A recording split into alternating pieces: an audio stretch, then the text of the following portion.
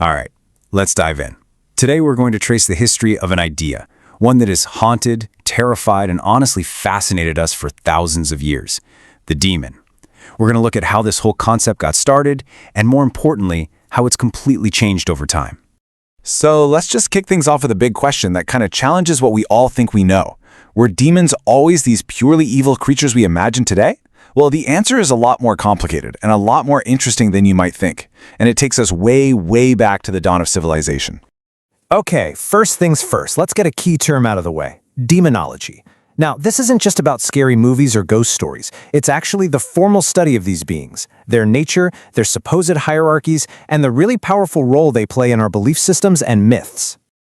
Right, so let's wind the clock way back. Long before we had this epic battle between good and evil as a central idea, the world of spirits was, well, it was a much murkier place.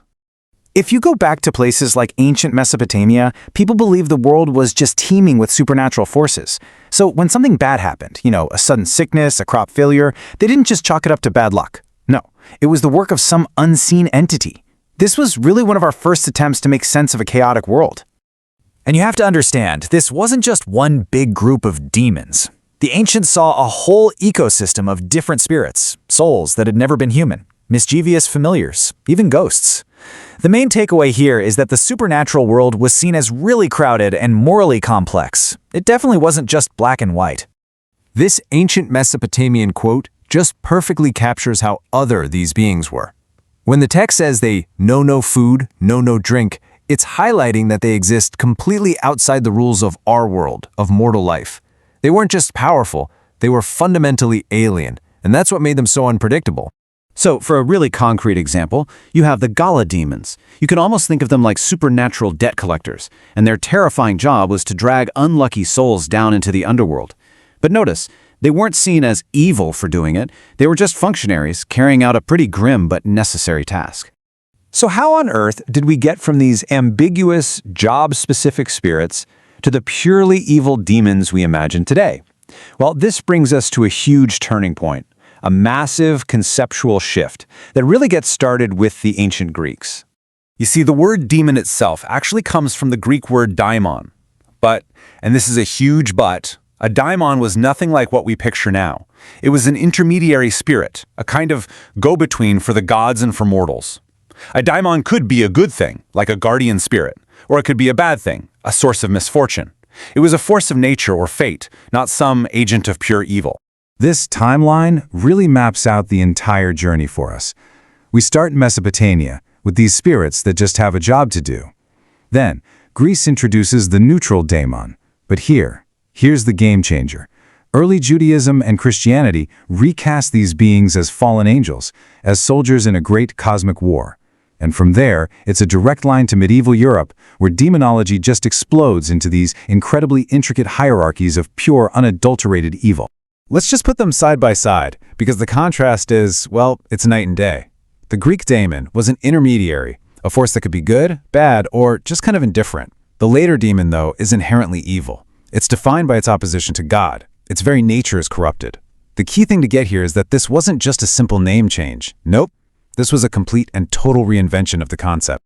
So what caused this massive shift? In a word, theology. Monotheism, the belief in one God, created a really tricky problem. If there's one all-good, all-powerful God, where does evil come from? The solution was to take all those morally gray spirits from the ancient world and force them to pick a side. In this new cosmic struggle, there was no middle ground. If you weren't with God, you were against him, period. Okay, so while that whole story was shaping the Western idea of a demon, it's really important to remember that the idea of mischievous or malevolent spirits is a truly global thing. So let's take a quick trip around the world. This table gives us a great little snapshot. In Islam, you have the jinn, these beings made of smokeless fire who have free will just like humans. In Buddhism, Mara is less of a creature and more of an idea, the embodiment of the mental roadblocks that keep us from enlightenment. And in Hinduism, you have beings like the Rakshasas, who are often restless spirits of sinners. The details change, but the core idea is everywhere. Supernatural forces are a part of our world. So where does all this leave us today? Has the idea of demonology just vanished? Not a chance. It's just transformed again, moving out of the realm of pure faith and into the world of academic study. You see, in the modern era, scholars aren't really debating whether demons literally exist. Instead, they study demonology to understand us, to understand human culture. Anthropologists, historians, folklorists, they all look at these beliefs to get these incredible insights into how different societies have dealt with fear, morality, and the great unknown throughout all of history. And that's really what this all boils down to. The story of the demon is, in a very real way, our story. It's a reflection of our deep, enduring need to find explanations for suffering, to create some kind of order out of chaos, and to put a face on the forces in the world that feel completely beyond our control. So we end with one last question. Our fascination with demons has lasted for thousands and thousands of years, from ancient Mesopotamian tablets all the way to modern blockbuster movies. So maybe the real question isn't whether demons are real, but what our enduring, powerful need to believe in them really reveals about us.